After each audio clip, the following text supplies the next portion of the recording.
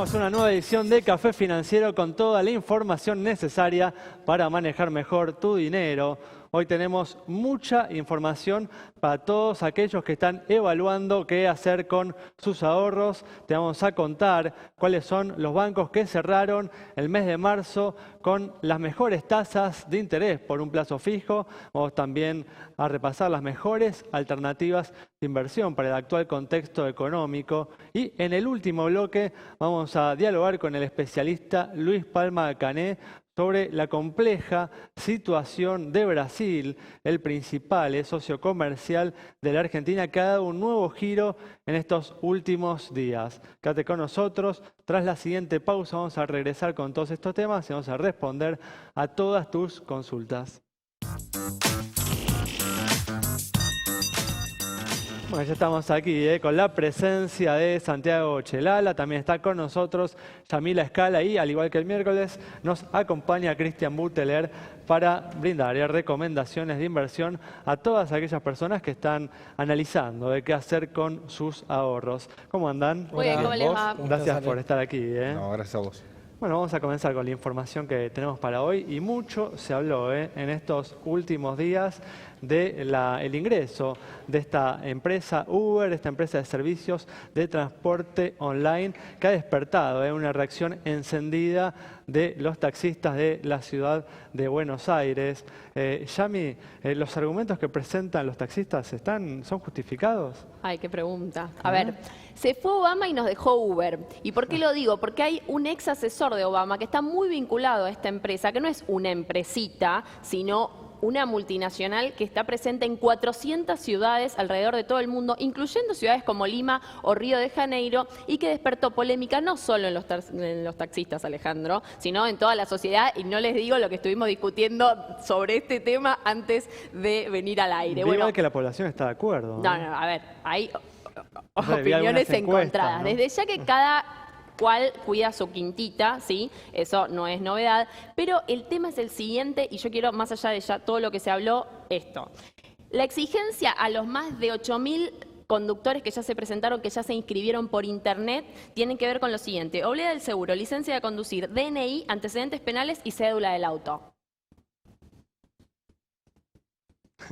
Y, bueno, a ver, registro profesional, ART, seguro de 13, con una póliza de 13 millones de pesos, que es lo que le exigen a cualquier empresa de transporte de pasajeros, que es finalmente lo que se va a hacer. Y ahí... Esto igual no es una empresa de transporte de pasajeros, es un sitio que pone en contacto particulares para brindar ese servicio de transporte. La experiencia demuestra que oponerse a cualquier tipo de adelanto tecnológico no va, ¿sí? Ahora, realmente confiar a la seguridad del pasajero, porque finalmente estamos hablando de seguridad, y que acá no solo seguridad es chocar con la tasa de accidentes viales que tenemos, sino que la persona que te lleve a destino y te deje entero. Ahora, ¿realmente no nos vamos a cuestionar eso? Realmente, a ver, ¿es una aplicación que conecta gente o es una empresa que se queda con una ganancia de un 25% por cada viaje? ¿Qué estamos discutiendo? Ahora, podemos hablar de cuánto sale una licencia de taxi. Decíamos, bueno, pero están los remises. Entonces, ¿por qué va a existir la remisería y va a existir también una aplicación que conecta gente, pero que finalmente te lleva y se queda con una ganancia por eso? Yo estoy de acuerdo con que el gobierno de la Ciudad de Buenos Aires exija, ¿no? Por ejemplo, un control vehicular, exija un registro profesional. ¿No está eso en los requisitos? No, bueno, pero en todo caso tiene que haber regulaciones locales que lo exijan. Si Uber quiere desembarcar en la Argentina, mínimo se va a tener que adaptar a la reglamentación, porque si no va a haber que haber algo, esto se va a tener que discutir en otro plano, a otro nivel. ¿A quién regula y cómo a los que transportan pasajeros? Porque al fin y al cabo, los pasajeros son transportados. Desde ya. Así que bueno, va a seguir. El tema es que esto igual no arrancó ahora, arrancó en enero y hay un montón de gente que tiene un auto de año 2009 en adelante y que ya puede salir a la calle y lleva gente. Es importante para mí, digamos, justamente se abre, ¿no?, la posibilidad de aumentar la competencia en un sector en el que la competencia está bastante obstaculizada, ¿no? Y la verdad que el aumento de la competencia va a llevar a que mejoren los precios, a que mejore la calidad del servicio y a que, bueno, cada uno elija justamente cómo quiere recibir, ¿no?, este servicio desde ya. También muy importante que el gobierno de la ciudad brinde las condiciones para que los pasajeros viajen con la mayor seguridad posible. Y con el antecedente que funciona en 400 ciudades. Eso no hay que dejarlo de vista. O sea, a la experiencia nos remitimos, pero con una idiosincrasia particular, sí. La de acá, ¿no? Un tema controvertido, sin lugar a dudas. Pero bueno, vamos a brindar ahora información para los inversores y te vamos a contar, como te prometí, cuáles son los bancos que cerraron el mes de marzo con las tasas de interés más atractivas por un plazo fijo. Y atención, porque está habiendo algunas subas en lo que son las tasas de depósitos a plazos fijos, sobre todo cuando hay expectativas de que el tipo de cambio, el dólar, no se dispare mucho más. Estamos hablando de tasas de interés muy altas, inclusive para lo que es la herramienta, la opción más tradicional de ahorro, que es el plazo fijo. Vemos cuáles son las tasas en pantalla para depósitos entre 140.000 y 160.000 pesos. Fíjense, 29,25, la más alta la ofrece HSBC. Cuenca 28, Banco Nación 27,5, con 27 los bancos BST y también el Banco Sáenz, 26,5 Multifinanzas, con 26 Meridian, Columbia 25%, Galicia y Santander Río cierran la lista un poco más abajo con 22,5%. Para una tasa un poco más alta hay que ir a un plazo más largo, en este caso 60 días. 29,5 ofrece HSBC a sus ahorristas. Cuenca 29, con 28,5 están Nación y Sáenz otra vez. BST 27,5.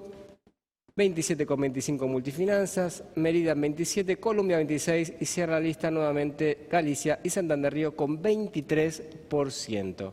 Hay mucha diferencia respecto al dinero que el Banco Central les pide o toma de los bancos privados. Estamos hablando de tasas de 37 y 38%, es decir, los bancos están haciendo un muy buen negocio al pagarle a sus depositantes un 29% y dar esa misma plata a un 38% al Banco Central. Es un negocio realmente redondo para los bancos que ocurre cuando tenemos tasas de interés muy altas. Si esto se mantiene en el tiempo, lo más probable es que haya competencia entre los bancos para captar ese ahorro y las tasas continuarán subiendo. Sí, como bien dijo Santiago, una alternativa atractiva para estos próximos 2 meses en los que estamos viendo un dólar calmado. Importante este último punto que menciona Santiago, porque recordemos que vos como particular también podés comprar las mismas letras que compran los bancos, las podés comprar vos y tener una rentabilidad muy superior a la que obtenés en las entidades bancarias. Así que tené presente esta alternativa si querés mejorar el rendimiento que obtenés por tus ahorros. Y bueno, ya que estamos hablando de inversiones, te doy entrada a vos, Cristian, justamente. Bueno, seguro que podés hacer algún comentario sobre esto de las letras del Banco Central, pero después también analicemos, ¿no?, alguna otra alternativa para aquellos que quieren innovar y que no se quieren quedar ni con el plazo fijo ni con la letra del Banco Central, ¿no? Sí, Alejandro, como vos decías, la posibilidad de acceder a las letras solo la tiene cualquier inversor. No es muy difícil, a partir de los 1.000 pesos se lo puede hacer. Lo único que tiene que hacer es llamar a su banco, si tiene un agente de bolsa o un agente de bolsa, si no, llamar a su banco, hablar con la parte de inversiones y poder hacerlo.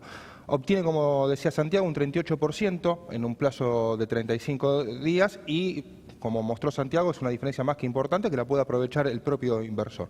Eso para quien invierte... Va a tener que pagar una pequeña comisión, ¿no?, al operador bursátil, la persona que le haga la ponerle que el rendimiento neto del que le queda igualmente es muy superior al que le ofrecen en un plazo fijo, porque está en 36% aproximadamente, eso dependiendo de cada agente de bolsa o banco, pero es muy fácil de accederlo. O sea, ni siquiera se tiene que ir del banco en el cual está trabajando. Tiene la plata depositada en el banco, habla con la parte de inversiones del banco y hasta telefónicamente puede mandar la orden o por home banking. Perfecto. Bueno, ahora vamos a analizar una alternativa para estas personas, para aquellos que por ahí quieren innovar, ¿no? Por ahí con el mismo perfil, ¿no?, de inversor, alguien que suele ser un inversor de plazo fijo, ¿pero tenés alguna alternativa para ellos? Sí, yo para un inversor que es de plazo fijo suele ser un inversor conservador. Normalmente siempre lo primero que le ofrecen son los bonos. Hoy en día para mí los bonos ya tienen un precio bastante bueno. Con la cantidad de bonos que se esperan que se van a emitir, tanto el gobierno nacional como los provinciales, de hecho la provincia de Buenos Aires hace un par de semanas ya sacó uno de 1.250 millones de dólares, sacó bonos privados YPF también de 1.000 millones. Creo que no les va a bajar mucho más y no va a poder obtener demasiada rentabilidad o ganancia, por lo menos en apreciación de precio. Ahí lo que puede llegar a ir es a una tasa que en dólares puede estar hablando de un 8-9% y no mucho más. Si quiere ir a acciones, hay una acción que me está gustando en este momento, que es YPF. Veo el petróleo, digamos, tranquilo en el orden donde está. YPF no acompañó la suba del petróleo como debería. YPF está teniendo cambio de presidente en breve y creo que eso la puede mejorar incluso para en los próximos meses poder sacar un buen rendimiento. Por eso, entonces, para aquellos que se quieren animar a alguna acción, tenés esa recomendación. Estás viendo YPF una posibilidad de aumento en el valor de este papel. Exactamente, es una acción grande que va a tener liquidez, que va a poder entrar y salir cuando quiere, que eso es algo muy importante para las inversiones y que le puede llegar a dar... ¿Y esto lo ves como una opción para un inversor conservador? Conservador, sí, creo que realmente, o sea, para lo que es pasando de plazo fijo a acciones, ¿no? Obviamente, o sea, que ya eso ya requiere un riesgo, es un riesgo mayor. Yo creo que conservador, plazo fijo, lo estaría pasando a letras. ¿Sí? Como dijimos recién, con un 38%. Ahora, quien quiera arriesgar un poquitito más, una acción de YPF me parece que no tiene un riesgo muy grande y puede tener un premio interesante en el breve plazo. Muy bien, perfecto. Bueno, con esta información cerramos este bloque. Quédate ahí en instantes, estamos nuevamente con vos.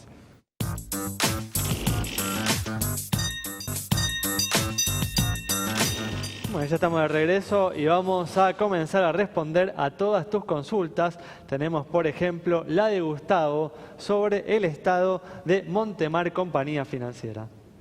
Para Gustavo, entonces vemos los números de Montemar. Fíjense, tiene un patrimonio de 50 millones de pesos, depósitos por 486 millones también de pesos, resultados positivos, justo 1 millón de pesos en el último ejercicio. Buenos indicadores de solvencia y también de liquidez, cara sonriente para Montemar Compañía Financiera. Bueno, y como te dije en la apertura, es un día que le estamos dedicando mucho tiempo a todos aquellos que están analizando, evaluando, pensando qué hacer con sus ahorros en un contexto económico que es complejo, ¿no? Que es incierto, no sabemos, ¿no? Para dónde, o sea, no podemos asegurar a ciencia cierta para dónde van a ir las principales variables de la economía en estos próximos meses. Entonces es importante informarse bien antes de colocar nuestros ahorros en algún lugar. Dijimos, ¿no?, en el bloque anterior, dimos recomendaciones para aquellos inversores más conservadores. Ahora vamos a dedicarle unos instantes a aquellos más atrevidos, o sea, aquellos que se animan a arriesgarse a una pérdida de capital, ¿no? ¿Qué tenemos para ellos, Cristian? Mira, tengo dos acciones que pueden andar muy bien y esperemos que no tengan ninguna pérdida de capital, que son Consultatio y Pampa Energía. Son dos acciones que creo que pueden rendir bien, que tienen mayor riesgo, obviamente, por eso la ponemos en este bloque, pero creo que pueden no tener ninguna pérdida, incluso una ganancia superior. ¿Pero qué es en particular lo que te atrae de ella? Bueno, me imagino en Pampa Energía el tema de las tarifas, ¿no? Exactamente, las tarifas se han modificado. Vemos que a partir de ahora ya no van a tener que estar viviendo de un subsidio del Estado, van a tener que trabajar e invertir y van a poder obtener mejores ganancias de las que tenían anteriormente. Y Consultatio es una empresa que es una constructora, que es una inmobiliaria, que se maneja en el mercado, que tiene no solamente inversiones en el mercado local, sino también internacional, y creo que también puede llegar a tener un buen rendimiento. Muy bien, perfecto. Bueno, vamos a cerrar entonces el bloque, como hacemos siempre, respondiendo a una última pregunta, una última inquietud sobre la situación de una compañía de seguros. En este caso la pregunta de Nicolás, que nos preguntó sobre Río Uruguay. Estos son los indicadores. Arranca con un activo de 946 millones de pesos, pasivo 524 millones, patrimonio 421 millones de pesos, resultado positivo 2 millones 538 millones de pesos como prima, se informa 973 juicios con indicadores que se condicen con los del promedio del mercado, es que le otorgamos la luz verde de nuestro semáforo. Y recuerden, a ver, ahí muy bien, @Café Financiero en Twitter, en Facebook también nos encuentran como Café Financiero, nos escriben y les respondemos. Bueno, cerramos así este bloque. Quédate con nosotros. Al regreso vamos a estar dialogando con el economista Luis Palma Cané sobre la compleja situación de Brasil.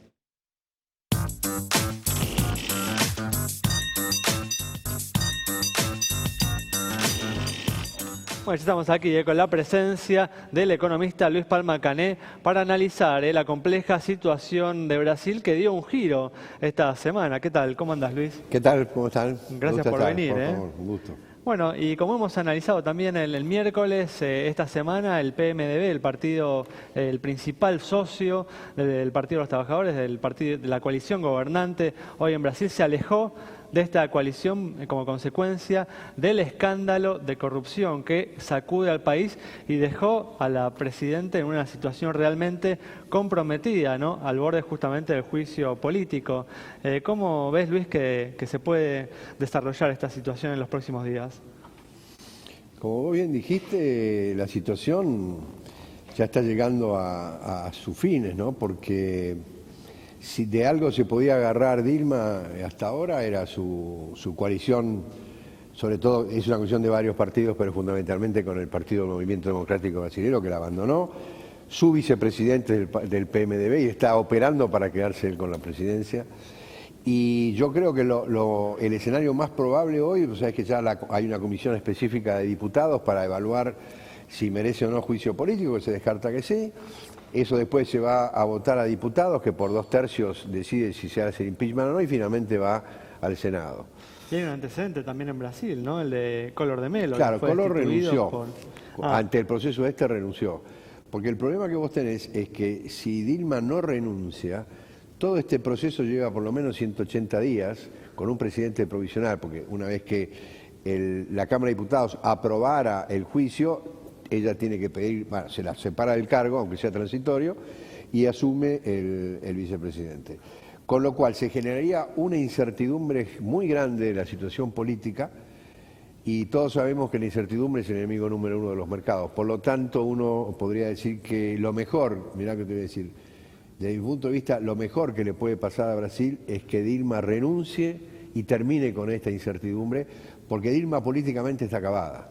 Porque la crisis que tiene Brasil es una crisis al cubo, es una crisis política, que es la que estaba mencionando, una crisis de corrupción fenomenal y una crisis, te diría, económica, con una recesión del orden del 3-4%, este año también, el año pasado, este año también, la primera vez en 30 años que pasa esto, desempleo creciente, inflación creciente, déficit creciente. No se puede manejar una situación económica así, con una inestabilidad política como la que está. Pero se dio, Luis, un hecho curioso, ¿no? En estas últimas semanas, ¿no? Que mientras la situación, ¿no? de Dilma Rousseff se fue complicando cada vez más, los operadores económicos de Brasil comenzaron a volcar su dinero en Brasil, ¿no? Con un aumento en el precio de la moneda brasileña, con un aumento en los valores de las acciones. ¿Cómo se explica esto? Y se explica fácilmente porque el mercado está en contra de Dilma, porque Dilma, el final de su primer mandato fue evidentemente un esquema populista, se agravó en el primer año del segundo mandato y esto llevó a una explosión, si vos querés, social, porque el populismo sin plata, como se quedó Brasil, colapsa. Y entonces el mercado, en cuanto ve señales de que Dilma se va, juega a favor. Porque que Dilma se va significa que Temer va a ser más market friendly y además que se va a eliminar un grado de incertidumbre muy grande y se va a acabar con el populismo, ¿no? De manera que esa es la explicación que no parece lógica, ¿no? Que ante más disturbio político, ¿no? Incertidumbre, bueno, pero es como que están apostando a que esto se soluciona, ¿no? Claro, ahora, hace no muchos años Brasil era una especie de mejor alumno en los años de Lula. Lula parecía como el hombre que había nacido desde la izquierda y de alguna manera había transformado a Brasil, siendo amigable para los mercados, abriendo las fronteras, con planes sociales, pero con políticas pro mercado. Y ahora hay una especie de crucifixión de Lula, se le abren las cajas fuertes para mostrar regalos de expresidentes, digamos, que cualquier expresidente por ahí tiene, y hay un poco de encarnación, digamos, mediática a la figura de Lula. ¿Cuánto hay, digamos, de esto, ¿no? De un poco de ver qué es lo que realmente hay de malo en el gobierno de Brasil y cuánto hay de la amplificación que hacen los medios hacia un gobierno que hasta hace pocos años era un ejemplo para toda Latinoamérica? Sí, yo creo que hay dos etapas acá, ¿no? Una primera etapa clara que son el primer gobierno y el segundo, un poco menos, de Lula, que fue muy bueno. Sacó un 20-30% de la población de la pobreza a nivel medio, con un esquema de progresista muy adecuado, con un esquema social también muy bueno, pero en ese momento Brasil estaba creciendo, no tenía déficit, entonces se permitía, está bien cuando eso sucede, que la economía mejore y que mejoren los sectores más perjudicados. Pero de hecho, de nuevo, lo que yo les decía, en el sentido que lo de Dilma fue una hecatombe, ¿no? Fue una decadencia permanente, lo cual no significa que los medios no amplifiquen un poco, como también amplificaron cuando la cosa estaba buena, ¿no? El periodismo es así, de manera que ahora lo que uno no puede decir ni que estaba equivocado el periodismo cuando decía que la economía avanzaba bien, ni puede decir ahora que la economía anda mal porque el periodismo la amplifica. Pero en 3 o 4 años, Luis, pasar de mejor alumno de América Latina a una crisis terminal que destruye un gobierno democrático, algo raro pasa en el medio, ¿no? Vamos, está bien. Primero no es la destrucción de un gobierno, no es un golpe, ¿no es cierto? No es un golpe militar ni nada, está dentro de la Constitución brasilera, de manera que yo por lo menos no estoy de acuerdo que esto sea un golpe, porque cuando dice un golpe parece que es un golpe militar o un golpe, no sé, del imperialismo. Esto es, uno la puede criticar o no el proceso, pero el proceso está indicado por la Constitución. Las mayorías están escritas y bueno, uno puede preguntar así, ¿cómo el PMDB, que fue su principal aliado durante 3 años, lo abandonó? Esas son cosas de la política que te podrá responder mejor un politólogo, pero la verdad que la situación de Brasil es muy mala y creo que la presencia de Dilma la sigue agravando, lamentablemente. Yo me encantaría que Dilma continuara su mandato porque creo que es una alteración del proceso, ¿no es cierto?, institucional, por más que sea dentro de la Constitución. Pero me parece que desde el punto de vista brasilero, desde el punto de vista de la economía, desde el punto de vista social, lamentablemente creo que es más conveniente que ella renuncie, no que se someta al juicio político por todo ese proceso de incertidumbre que hay, ¿no? Luis, ¿cómo viene afectando, ¿no?, la crisis brasileña a la economía argentina y cómo crees que puede afectarla en los próximos meses? Y es muy claro, si el país como Brasil está en recesión el año pasado, va a estar en recesión este año, ha devaluado su moneda, el año que viene apenas va a crecer, y es el principal socio comercial de la Argentina. Hubo un alivio igual con la recuperación del valor del real, ¿no? Me imagino para algunos exportadores argentinos. Bueno, ¿no? Pero el real está, digamos, estaba en 2.50, hoy está entre 3.74. Pero llegó a ¿no? estar 4.20, Sí, ¿no? está bien, pero obviamente que la devaluación igual sigue siendo grande. Le resta, menos mal que la Argentina tuvo el 50% de ajuste del tipo cambiario también, pero yo creo que más allá del tipo de cambio, la recesión te pega fuerte, ¿no? O sea, te va a demandar evidentemente menos productos de la Argentina, te va a caer las exportaciones de tu principal país del cual le dirigiste las exportaciones y además te cae por 2 factores. Primero, porque la recesión te implica una caída de la demanda. Tal cual. Y segundo, porque te guste o no te guste, cuando se devaluó casi un 70% para el brasilero, que piensa en reales, no piensa en dólares, resulta que el vaso hoy le cuesta importarlo de la Argentina, en reales un 70% más. Y eso lo mata porque el salario real en dólares de Brasil cayó. No, sustituye obviamente. seguramente ese vaso argentino por un vaso brasileño, obviamente. Sí, o seguirán con un vaso de papel, qué sé yo. Pero bueno, a mí lo que me importa es que no, en el ejemplo, que no te sigue exportando y entonces... Cambiando un poquito de tema, Luis, el tema de los holdouts, ¿no? ¿Pensás que hay mercado para que la Argentina emita 12.000, 15.000 millones de dólares en bonos? ¿Hay esa demanda, digamos, de títulos de Argentina? Yo no sé cuál es la demanda, ni nadie la sabe. Primera observación es que siempre hay mercado. Todo depende del precio, ¿no? Cantidad y precio. Si yo elevo la cantidad, el precio sube. La Argentina hoy emitir 15.000 millones en el mundo no es mucho, eso no es una cosa que los mercados digan, uy, qué cantidad exorbitante, porque no nos olvidemos que la liquidez que hoy hay en el mundo es histórica, las tasas de interés están por el suelo, entonces el apetito por el riesgo, cuando vos tenés un bono del Tesoro a 10 años al 2,80, 2%, y la Argentina va a pagar el 8%, no va a tener problemas para colocarlo en la Argentina. Ahora, la tasa no va a ser el 3% ni el 4% de Uruguay, va a ser el 8, 8,5%, y bueno, digamos, arreglar el tema de los holdouts es fundamental para volver al sistema internacional. Pero no crea la gente que por eso, por arreglar los holdouts, va a pagar 2 pesos, no es así, ¿no? Luis, bueno, muy interesante, pero se nos acabó el tiempo. Bueno, muchas gracias por estar por con nosotros. favor. Nos vamos entonces con el análisis del economista Luis Palma Cané sobre la compleja crisis de Brasil, las repercusiones en nuestro mercado, en nuestra economía y las perspectivas de la Argentina a partir de la aprobación del acuerdo con los holdouts. Nos reencontramos el próximo miércoles a las 20:30 aquí en Metro.